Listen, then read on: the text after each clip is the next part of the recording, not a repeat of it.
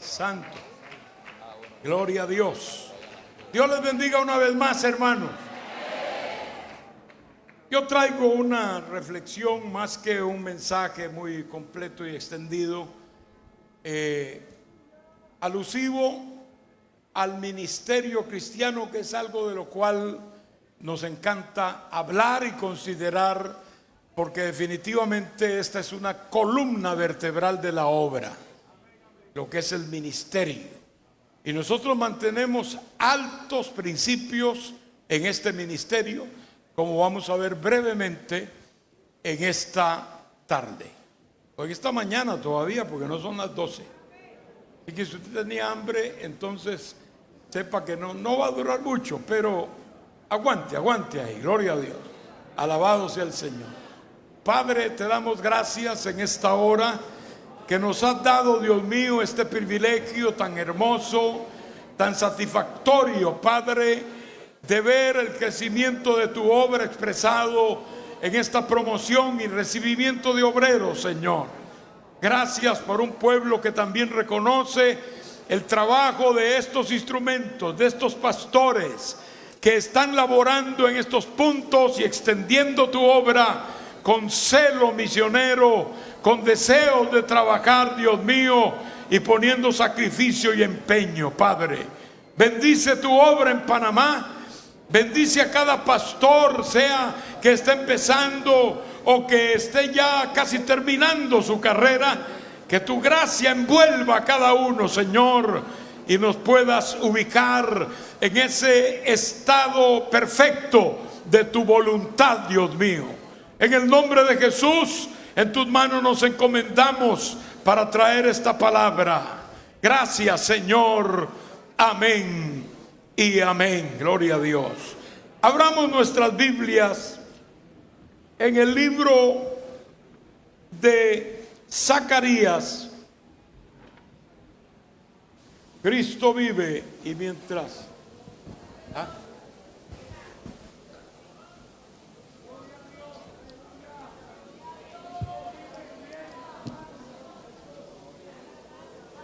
gloria a Dios.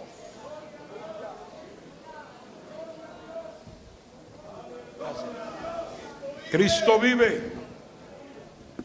Y mientras ustedes terminan de encontrar en la palabra el pasaje en Zacarías capítulo 3, quiero saludar una vez más a mis compañeros de la Junta Internacional, Pastor Rubén Concepción, secretario a nivel general de la obra, y nuestro querido hermano Albert Rivera, oficial también de esta Junta Internacional. Que Dios les bendiga, y nos hemos alegrado mucho de tenerles aquí en medio nuestro. Gloria a Dios. Es una bendición para nosotros que hayan querido estar aquí, porque cuando dijimos, bueno, la convención de Panamá es tal fecha, tal, los que van a ir, entonces de una vez, hermano Rubén y el hermano Álvaro, yo voy para allá. Así que gloria a Dios. Otros también hubieran querido estar, pero no había necesidad de estar todos, ni un grupo mayor. Nos hemos manejado bien aquí con la ayuda de los compañeros de Colombia y de Costa Rica, que nos han ayudado también a ministrar. Sea Dios glorificado. Nadie piense que ministrar en una convención, hermano, es fácil. Es una gran responsabilidad, la cual hacemos con mucho gozo, pero al mismo tiempo con temor y reverencia. Abramos en el 3, versículo 5, y dice así: en el nombre del Padre, del Hijo y del Espíritu Santo. Después dijo: pongan mitra limpia sobre su cabeza. Y pusieron una mitra limpia sobre su cabeza y le vistieron las ropas, y el ángel de Jehová estaba en pie. Pueden sentarse, amados. El tema es: Dios siempre respalda a su pueblo. A pesar de situaciones negativas que se vean en el camino, la fe nuestra debe hacernos estar seguros de que el Señor nos sacará adelante. Obviamente hay que estar sintonizado con Él. No se puede vivir una vida de rebelión, una vida antojadiza, una vida sin control de parte de Dios sobre nosotros y pensar que el Señor pues va a hacer grandes cosas. No, allí no va. Allí el Señor primero arreglaría tu vida y mi vida. Aunque no es que seamos perfectos, todos tenemos fallas, pero Dios sí quiere una vida siempre dispuesta a luchar para alcanzar esa perfección que nunca llegaremos a tenerla aquí en la tierra, pero el ejercicio de tratar de alcanzarla ya es positivo. Alabado sea el Señor. Es decir, no podemos ser condescendientes con el pecado y con nuestras propias debilidades. Debemos siempre estar dispuestos a luchar para alcanzar la victoria. Dios respalda a su pueblo. En el caso de Israel, sabemos que venían de la cautividad. De hecho, Zacarías es un profeta de los que regresó de la cautividad y ejerció su ministerio posterior a la misma. El pueblo venía totalmente desanimado porque eran 70 años incultos, 70 años sin estar en el templo, 70 años de esclavitud, luego 70 años de estar sujetos a un país extraño que los había llevado cautivos y que los había arrancado de su territorio. Así que no iban, digamos, muy contentos. De hecho, la salida de Babilonia se vio también envuelta en algunas situaciones un poco enredadas para ellos. Es más, algunos, y tal vez no algunos, sino muchos, se quedaron en Babilonia. Algunos porque ya tenían su vida hecha en Babilonia, otros porque estaban, como Daniel, por ejemplo, en asuntos del gobierno, y para ellos no era fácil simplemente decir me voy, porque dejaban pendientes muchos trabajos importantes. Daniel, de hecho, no regresó como uno de los cautivos a su tierra. Él todo su tiempo lo pasó y terminó su vida allí en Babilonia, llegando hasta la ancianidad. Alabado sea el nombre del Señor. Así que, repito, el pueblo llegó a la tierra de Israel en esas migraciones que tuvo, y el desaliento se acrecentó en ellos porque no habían visto la ciudad, que no era ciudad ya, solo los escombros, y ya casi ni los escombros, ¿no? Simplemente algunos lugares ya no existían desde la invasión de Nabucodonosor. Ya no estaban allí, era otro lugar, era un lugar inhóspito, poco atractivo, no prometedor de nada, porque iban a empezar de cero. Así llegaron en este espíritu un poco negativo. Por eso Dios llevó profetas, entre ellos Zacarías, para animar al pueblo, para decirle al pueblo, no, hay que seguir adelante. Dios siempre tiene instrumentos, hermanos. Dios nunca falla en eso. De hecho, ya ese es un principio de la ayuda de Dios. Tener a alguien que los animara era esencial.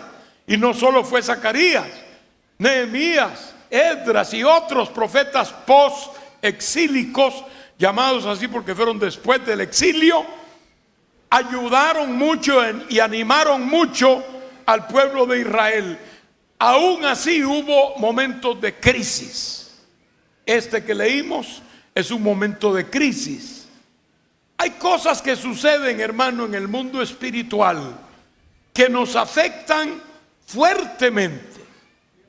Y obviamente no es fácil saber el origen, la procedencia de esos ataques. A veces usted no sabe ni por qué se siente así. Acorralado, tal vez se siente derrotado, aunque no lo esté. pero se siente derrotado, no siente que esté fructificando como debe ser, no hay ese fruto que usted anhela, que usted quisiera. Hay situaciones a veces a nivel personal o familiar que añaden intensidad a esa crisis. Y nos pasan cosas porque no estamos exentos, que de pronto vienen y no la veíamos venir. Y decimos otra cosa más y otra cosa. Y parece ser que la fila interminable de pruebas está ahí esperándonos y no hay quien pueda ayudarnos.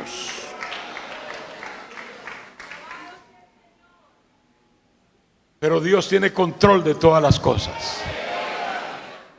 Cuando usted lee el trabajo del anticristo allá desde el capítulo 12 de Apocalipsis, va a encontrar una palabra repetida allí, una expresión repetida.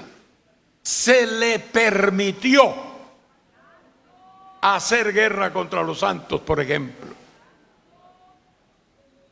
Se le dio, es decir, no estaban actuando ellos en sí mismos, dirigiendo el evento X, sino que Dios, a pesar de lo negativo de esos eventos, era el que había permitido eso.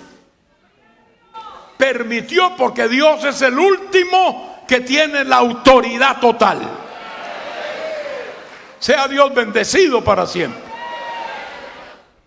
A veces pasan, repito, cosas en lo espiritual que nos afectan. Esta fue una de ellas. Afectó a Josué, afectó a Zorobabel, afectó a otros líderes del exilio que venían a animar al pueblo. Josué estaba encargado de levantar de los mismos escombros la vida espiritual de Israel, porque él era el sumo sacerdote. Pero llegó un momento en que toda aquella situación abrumadora lo neutralizó y él se sintió incapaz. Ahí donde Dios intervino. Cuando el diablo quiso detener un ministerio, el de Josué, entonces el Señor intervino. Dios permitió que se desalentara, que se hiciera 1000 preguntas, que dijera aquí no se puede hacer nada, esto es imposible, y caer en un desaliento, en un desánimo ante el reto que tenía por delante. Pero cuando llegó al punto de yo no sirvo para esto, yo no soy digno de esto, no puedo hacerlo, entonces Dios intervino y reveló lo que estaba pasando. Se lo reveló a Zacarías. Le reveló que toda esta situación, todo este manto negativo sobre la vida de este gran hombre de Dios, Josué, que no era aquel del tiempo de Moisés, esto es muchos años después, era Josué el sumo sacerdote, no era una cuestión accidental o incidental. Había una fuerza diabólica trabajando detrás de esto. Porque Dios le muestra a Zacarías en visión que está el ángel de Jehová y está el diablo, uno al otro lado, a un lado y el otro al otro lado. El ángel de Jehová allí hasta ese momento no estaba haciendo nada, solo estaba ahí. Pero eso era suficiente. Del otro lado estaba el diablo acusando a Josué. ¿De qué lo acusaba? De todos sus defectos, de toda su situación de desaliento que tenía. Lo acusaba de su debilidad ante el reto que había. Tú no vas a poder hacer nada. ¿Cuántas veces a nosotros los obreros el diablo nos llega con ese susurro? Y nos dice, no, tú no vas a poder, tú hiciste algo allá. Yo recuerdo que cuando yo vine aquí a la ciudad de Panamá, los primeros 3 años fue una prueba enorme. El diablo venía contra mí y me decía, vete a tu lugar, acá no vas a hacer nada, acá no vas a poder. Y de verdad yo tenía unos cuantos miembros de la iglesia, unos eran colombianos, otros eran ecuatorianos. Creo que había un par de nacionalidades más. Panameños habían, claro está, pero muy pocos. Digo, Señor, yo quiero que esto se llene de gente de Panamá. Quiero que haya miembros panameños y que se levanten obreros panameños y que puedan trabajar todos. El primer obrero que trajimos a Panamá fue el hermano Melvin, que también vino de Limón, Costa Rica, a ayudarme. Ese era el trato, ¿no? Venía a ayudarme un tiempito para después irse. Ya lleva desde el 73 para acá 50 años. Ya dura el ratito ese que Melvin vino a ayudar. Gracias a Dios por Melvin, que siempre fue una bendición tremenda. Alabanzas al Señor. Cuando llegó no era ni bautizado con el Espíritu. ¿Se acuerdan, Melvin? Cuando orábamos por Melvin para que recibiera el bautismo, era una intensidad de oración, hermano, que usted la sentía en el aire. A mí me llegó a dar miedo, me puse nervioso. Y yo, este hombre se le va a abrir la cabeza. Tal era el clamor de Melvin en ese tiempo pidiendo el bautismo, y yo sentía que los huesos de la cabeza se le movían de verdad. Y digo, Dios mío, algunas veces quité mi mano porque dije, no sea que el hombre se me muera aquí. Entonces, ¿qué hacemos aquí con el hijo ajeno muerto? Algo serio, gloria al Señor. Una bendición, yo doy gracias, siempre doy gracias a Dios por Melvin. Un estímulo enorme en el trabajo, tanto en Bocas del Toro. Hermano, hay que darle honra a quien merece honra.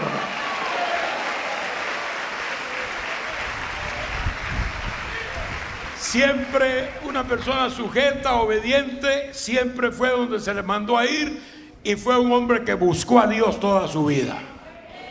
Tal vez más que yo mismo, gloria al nombre del Señor, que lo buscábamos juntos en la presencia del Señor casi siempre. Pero Melvin era un hombre de mucha oración. Hasta ahora Dios lo sostiene. Ya ahora está ejerciendo ya desde las filas un poquito más de atrás, gloria a Dios. Él entregó el pastorado, pero razones de salud también, pero está activo en la obra de Dios como siempre, y sobre todo es uno de esos buenos ejemplos que nunca terminan. Yo no puedo decir que sea perfecto Melvin, como no lo soy yo, pero yo no recuerdo haber tenido problemas con Melvin. Vivíamos juntos en la misma casa, él en su cuarto, allí él tenía sus cosas ahí, yo en el mío. Ahí nunca estábamos discutiendo ni peleando ni nada de eso, porque estábamos sirviendo al Señor los dos. Yo era el pastor titular, él llegó a ayudarme. Cuando recibió el bautismo del Espíritu Santo, ya fue entonces reconocido como pastor, gloria a Dios, y así los dos seguimos creciendo en la obra. Después yo me vine acá a la ciudad de Panamá como un año después que él llegó. Yo estuve 6 meses solo, él llegó después a los 6 meses y estuvo un año conmigo ahí. Pero después me lo traje para Panamá también. Bueno, yo me lo traje, pero fue el Señor el que lo trajo, ¿no? Y Melvin siempre me ha ayudado. Bueno, estamos haciendo esta reseña porque estamos entre obreros, hablando del ministerio, y eso es bueno, que alguien, especialmente alguien que ha sido tal vez el líder de ese pastor, pueda decir: esta es una persona que dio la talla. Porque de muchos a veces, hermano, cuando no es un dolor de cabeza, es un dolor de rodilla que nos dan, es una espina que tenemos metida en las costillas y un problema, y cuando no zafan con una cosa salen con otra, y la cuestión es que a veces uno mismo se confunde. A veces usted tiene un obrero que es una especie de trofeo. Melvin es un trofeo para mí, de hecho lo es. Gloria a Dios. Pero hay veces, hermano, que usted tiene un obrero como que es un trofeo. Usted dice: este es un trofeo de Dios en el ministerio. Y usted está contento allí con ese trofeo de una victoria ministerial. Y llega después un momento de la vida en que el diablo viene y le daña los cimientos. Y usted lo ve de pronto que se la dio.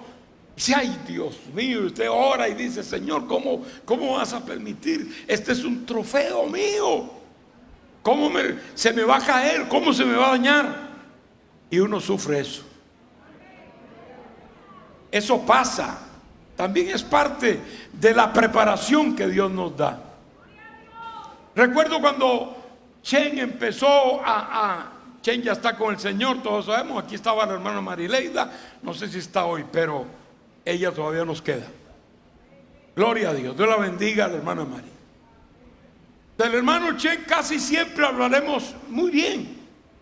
No es que era perfecto, algunas veces tuve que llamarle la atención. Se convirtió y era mi oveja.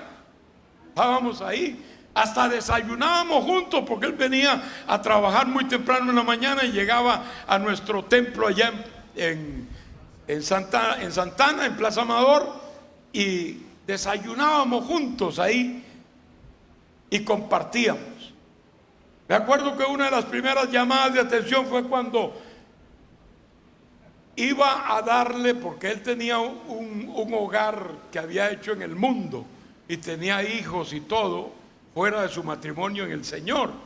No se había casado nunca allá, pero tenía, ya ustedes saben, esa mujer y tenía hijos con ella. Entonces él le iba a dejar su dinero a ella para los hijos que estaban todavía pequeños, y llegaba y se quedaba ahí.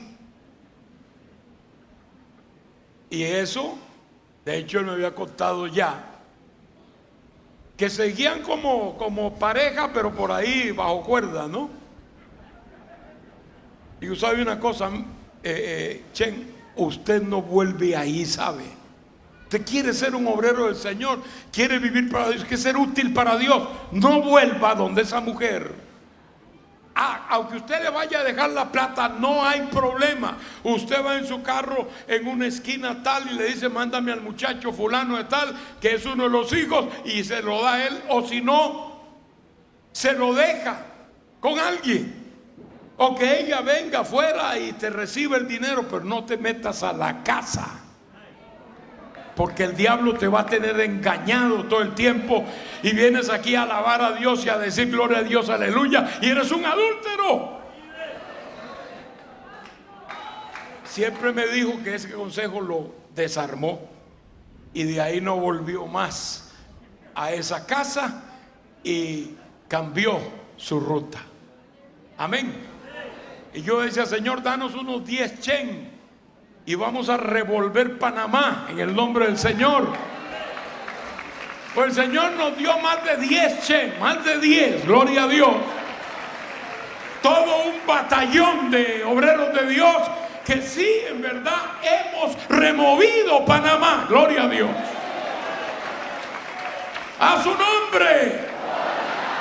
Hay gente de la que uno habla bien, y puedo hablar bien de muchos, nadie se vaya a resentir, ¿no? Aquí hay muchos, aquí el hermano Alcides, el hermano Palito, bueno, ya de Griffith no puedo hablar porque él es de segunda generación, gloria a Dios.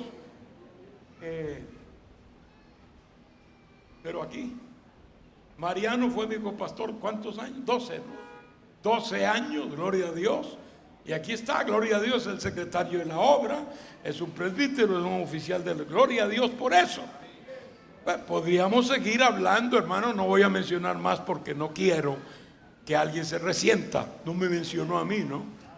Aunque aquí hay gente ya de hierro, ya hay gente de principios fuertes, que esas cositas, eso ya sería, perdónenme la palabra, como una tontería, ¿no?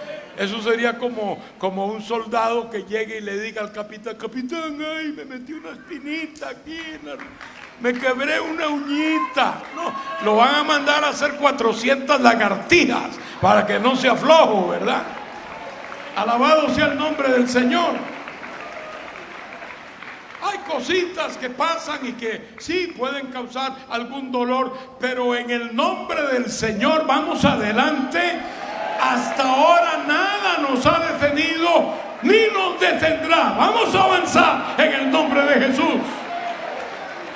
Y cuando estemos perplejos y tal vez desalentados, tenemos el derecho de estar desalentados en algún momento.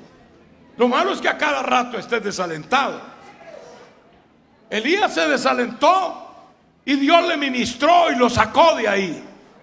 Josué también estaba acusándolo el diablo personalmente, sin que nadie lo supiera, porque eso acontecía en la dimensión espiritual, acusándolo, diciendo que no podía, no era apto, no era capaz. Pero el ángel de Jehová estaba ahí también. Y es cuando Zacarías lo ve, gloria a Dios, el ángel mira al diablo y le dice: Jehová te reprenda, Satanás. Usted sabe lo que es que el ángel de Jehová le dé una represión de estas al diablo, hermano. El ángel de Jehová es Cristo. Él no podía, el diablo no podía quedarse donde estaba. Yo me lo imagino dando vueltas por el polvo. Alabado sea el Señor, dando vueltas por la tierra, por el polvo, porque el diablo no resiste la presencia del Señor. Cristo vive. ¿Y qué puedes saber tú, querido compañero, si esa situación que estás pasando o que estás enfrentando y que parece imposible salir de ella en victoria? El diablo se ha concentrado contra ti, porque el diablo concentra fuerzas, a veces lo asedia a uno, o sea, lo rodea, y usted no tiene para dónde salir. Estás rodeado, ¿para dónde salgo? Norte, sur, este, oeste. No hay salida, no veo. Estás rodeado, no sube nada. La oración parece que se pierde, se evapora. El cielo parece de hierro, no pasa nada ahí. Difícil es cuando usted tiene que decir: me voy a meter con Dios porque esto no puede ser. Esto no puede ser. Eso lo hace el entendido, ¿no? El que no es entendido sigue ahí bajo la chancleta del diablo y ni cuenta se dio. Pero el que es entendido dice: no, yo me voy a meter, porque esa es la única solución. Cuando usted busca a Dios, Dios le da sabiduría y hasta le puede revelar cosas. Pero de todas maneras, ya el ejercicio de meterse con Dios es una lucha frente a frente, es una batalla completa contra el poder diabólico, y usted va a golpear las puertas del Hades y no podrán prevalecer. Una y otra vez se golpean las puertas del infierno y hay victoria. Esa es una llave de victoria, hermano, en medio de situaciones que no entendemos. Ay, que no tengo fuerzas para hacerlo. Saque de donde sea. Saque de donde sea y pelee esa batalla, que así Dios le ayuda también. Dios le extiende la mano mostrándole estos recursos. En el caso de Josué, el ángel dice por acá, está diciendo que Josué está vestido de ropas viles. Bueno, lo ha convencido de eso. Bueno, dice que es indigno, que no puede tener el uniforme, la vestimenta, desde la mitra hasta la última túnica como sumo sacerdote. Pues bueno, vamos a enseñarle: vístanmelo con vestiduras de gala. El diablo todavía estaba revolcándose en el polvo, gloria a Dios. Pero el ángel dijo que es Cristo: vístanmelo con vestiduras de gala, pónganmele la mitra, que esa es la cobertura, esa es la certificación de que este hombre ha sido escogido por el cielo y va a hacer un trabajo aquí, gloria a Dios. Y le ponen toda su vestimenta como sumo sacerdote. ¿Y saben qué? El diablo no pudo decir media palabra, hermano. El diablo no pudo pararse del polvo en el que estaba para decir: óigame, ¿qué pasó? Esa mitra no la debe llevar. O no, no se está haciendo bien esto. Hermano, cuando Dios mete su mano Y cuando Dios dice es por aquí, Él tiene el control. Él manda. Él es el Rey. Sea Cristo glorificado.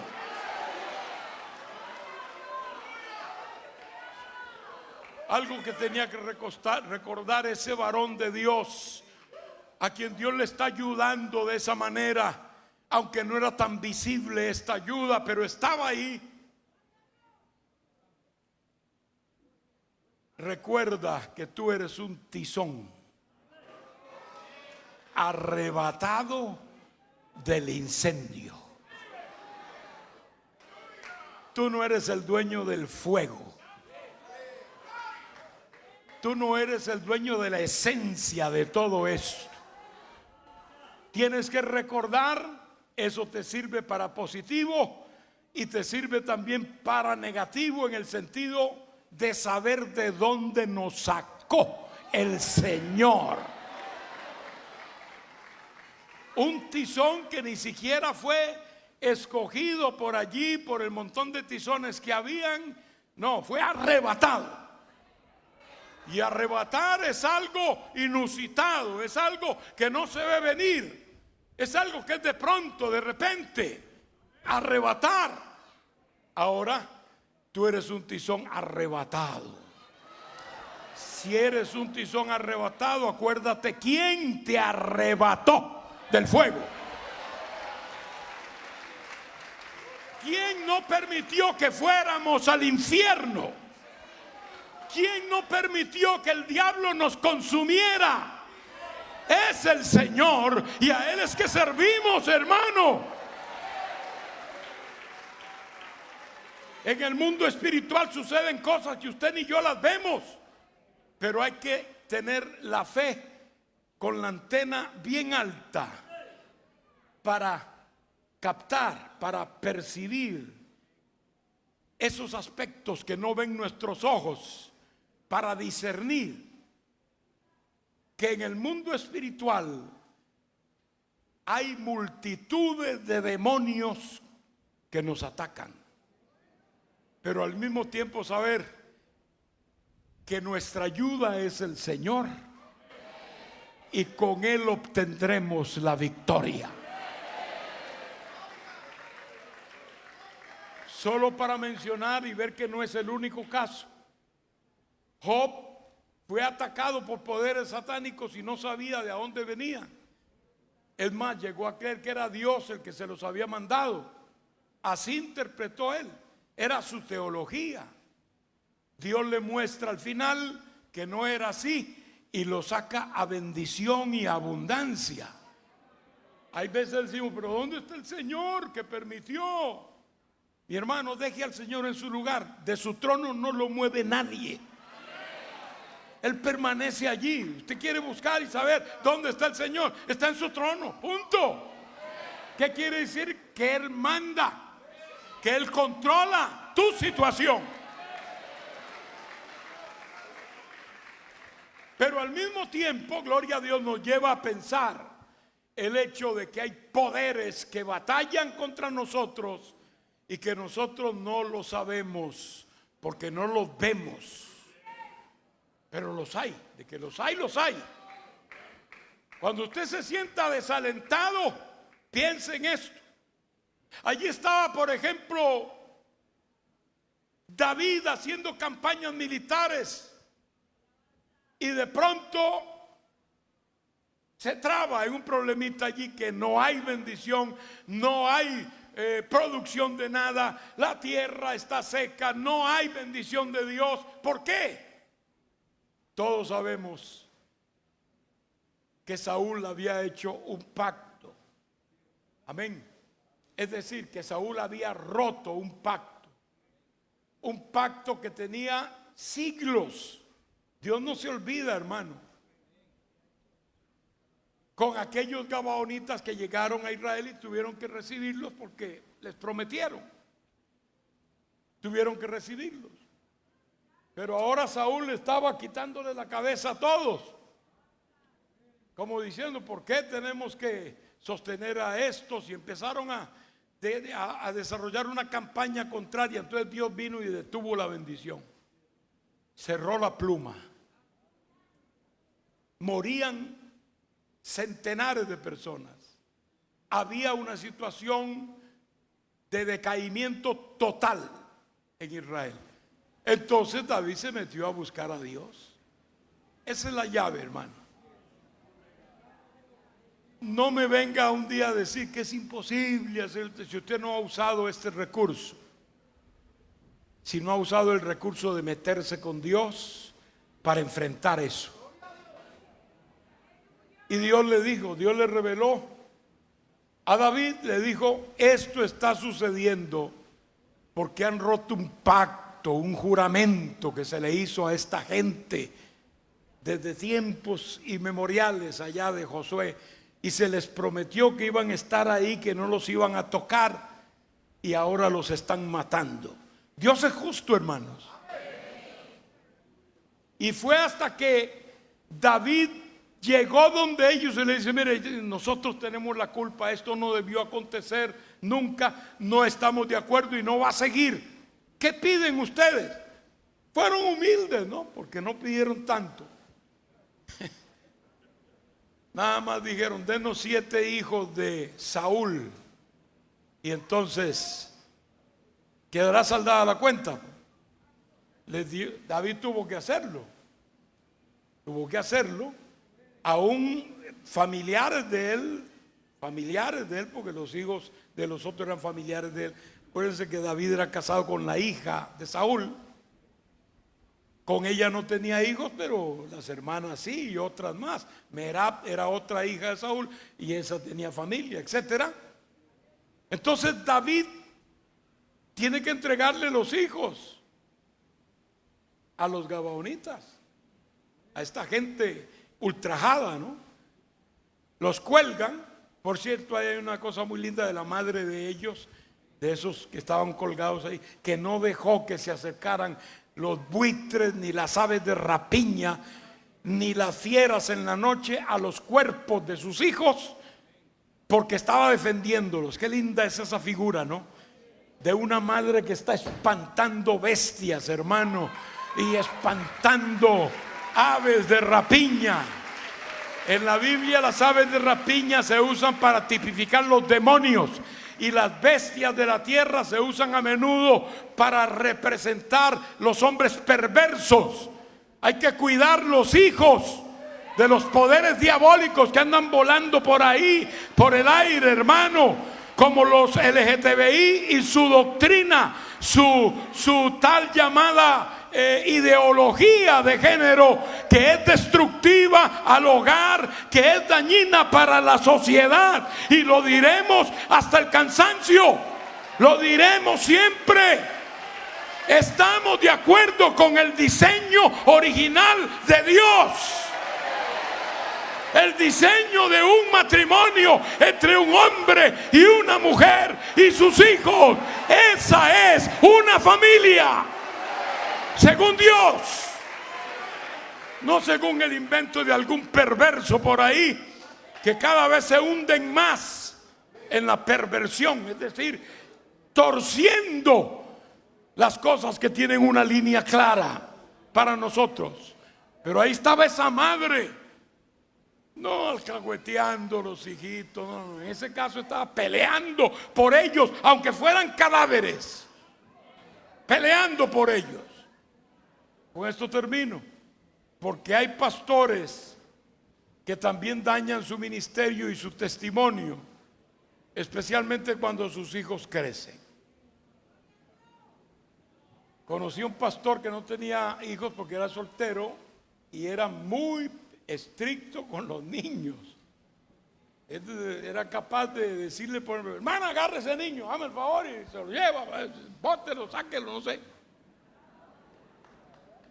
A su forma. Él no tenía hijos, después los tuvo y sabe que es distinto, que una madre no puede agarrar un hijo porque está jugando ahí un momento dado y hacer con él una violencia, pero tampoco debe ser que le voy a permitir que haga lo que le dé la gana, ¿no? Tiene que haber una conducta llevada, encarrilada, gloria a Dios. Y hay quienes son muy buenos con los niños pequeños en términos de poderlos llevar y traer, y los traen al culto, son sus hijos, están ahí. Pero cuando llegan a ser adolescentes, la cosa es un poquito más difícil. Y ya lo peor de todo no es que se dañen los hijos, aunque no deben dañarse. Pastores, lo dijimos en la reunión, tenemos que crear los puentes. Tienen que haber niños en la iglesia. Una iglesia sin niños está condenada a desaparecer. Alguien ha dicho, estamos a una generación de desaparecer como iglesia. Es decir, si esta generación no cumple su deber, en la próxima no hay iglesia. Eso es lo que quiere decir eso. Estamos a una generación de desaparecer como iglesia, porque hay que cumplir un deber. Si usted no se gana a sus hijos que están con usted, ¿a quién se va a ganar? Hay que ganárselos para Cristo. No vamos a culpar que el pastor o el hermano tenga la culpa del descarrío de sus hijos. No es así, algunas veces tal vez, pero no es que sea así de forma automática. Pero tratemos en la iglesia de hacer esos puentes, de tener programas, de tener actividades para que esos niños sean atraídos y les guste estar en una actividad. Yo iba con mi madre a la escuela dominical en la iglesia donde ella se congregaba, que no era el movimiento. Yo era un niño de escasos 4 o 5 años. Yo me acuerdo que me llevaba. ¿Sabe qué eran las cosas que más me gustaban y las que recuerdo? Una, el mover del espíritu, me acuerdo muy bien, en los cultos de esa iglesia. Y la otra, esos dramas que hacían, ¿no? Que hacían el hijo pródigo y que hacían distintos dramas que hay, Daniel en el foso de los leones y cosas por el estilo. Se le graba a uno. Y eso sirvió más adelante para yo convertirme al Señor. Todo ese recuerdo, a los 14 años yo dije, yo voy a seguir a Cristo, voy a hacerlo desde ahora. Lo hice, gloria a Dios. Hermano mío, hay que hacer los puentes con nuestra niñez, con nuestra adolescencia y con nuestra juventud.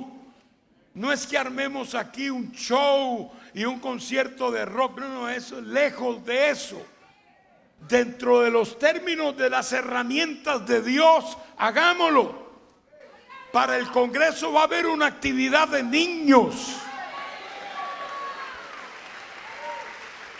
que nos van a traer desde Colombia los hermanos allá, que hace algún tiempo están haciendo ese trabajo y les ha sido muy efectivo, porque de verdad es lindo. En medio del receso de la convención, una actividad para los niños.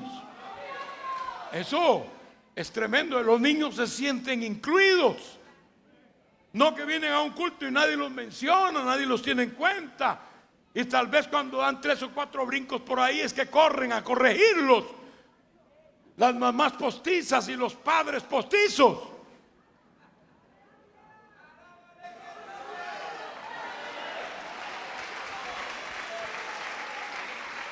Alabanzas al que vive. Dejemos este tema, hermano, porque el tema es muy grande, es muy amplio. Gloria a Dios. Pónganse de pie. Que quede centrado el principal punto de este mensaje, que es que Dios nos ayuda en medio de nuestras crisis. Vengan de donde vengan, gloria a Dios. Aleluya. Vamos a orar y entregaré luego al supervisor. Padre, te damos gracias. Tu palabra es viva y es eficaz. Tu palabra es verdad. Ayúdanos, Dios mío. Mira este ejemplo que nos das en tu palabra, esa lucha interna terrible que había en este siervo tuyo. Era el resultado de un asedio diabólico en el cual el diablo acusaba, porque es acusador de nuestros hermanos. Danos sabiduría, Padre, para interpretar bien las cosas, no para echarte la culpa a ti, Señor, sino que hay una circunstancia que debemos discernir y debemos entender por tu palabra y por tu espíritu. Toma control de toda situación. Si hay alguno que está aquí en crisis, en problema, Señor, abre puertas para él. Sácalo de esa situación. Dale la victoria a partir de esta convención, Padre. Levanta ministerios grandemente fructíferos para ti. Aquí en Panamá, Señor, y en otras partes del mundo, Padre bueno. Gracias te damos por toda esta bendición que nos has dado en este día. En el nombre de Jesús. Amén y amén.